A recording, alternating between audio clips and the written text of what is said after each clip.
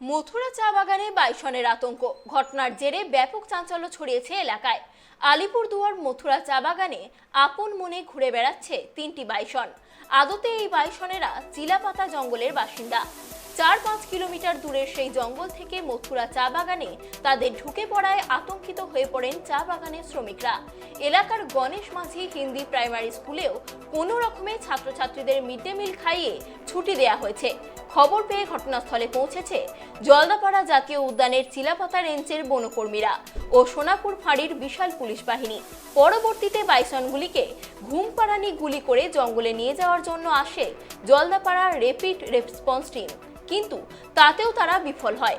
কিন্তু শেষ পর্যন্ত ফটকা ফাটিয়ে সন্ধ্যে 7টা নাগাদ 3টি বাইসনকে চিলাপাতা জঙ্গলে ফেরত পাঠানো হয়েছে। যেমন সকালে আসি আমরা, সকালে এসে আমরা আজকে অন্যদিন তো ছাত্ররা আসে, এবার আজকে হঠাৎ দেখি ছাত্র নেই, কম সংখ্যা কম। তারপরে কিছুক্ষণ বাদে জানা গেল যে বাইসনের ভয়ে ছাত্ররা আসে নাই। এবার আমরা তো আতঙ্কিত আছি, এবার বাচ্চাদের ব্যাপার যদিও, এবার আমাদেরও করার কিছু থাকে নাকি, চলো তাও আমরা 2জন বাচ্চাকে যতটা পড়ানোর পড়াইলাম, মিড ডে মিলেরও ব্যবস্থা করেছি। এবার আমরাও আতঙ্কিত আছি, আর এটা প্রায় হয়ে যাচ্ছে। কয়েকদিন আগে বেরিয়েছিল, আবার বেরোচ্ছে। তো এটার জন্যে যেটা করার করলে বোধহয় ভালো হয়। এবার এর থেকে বেশি আমরা আর কি বলবো।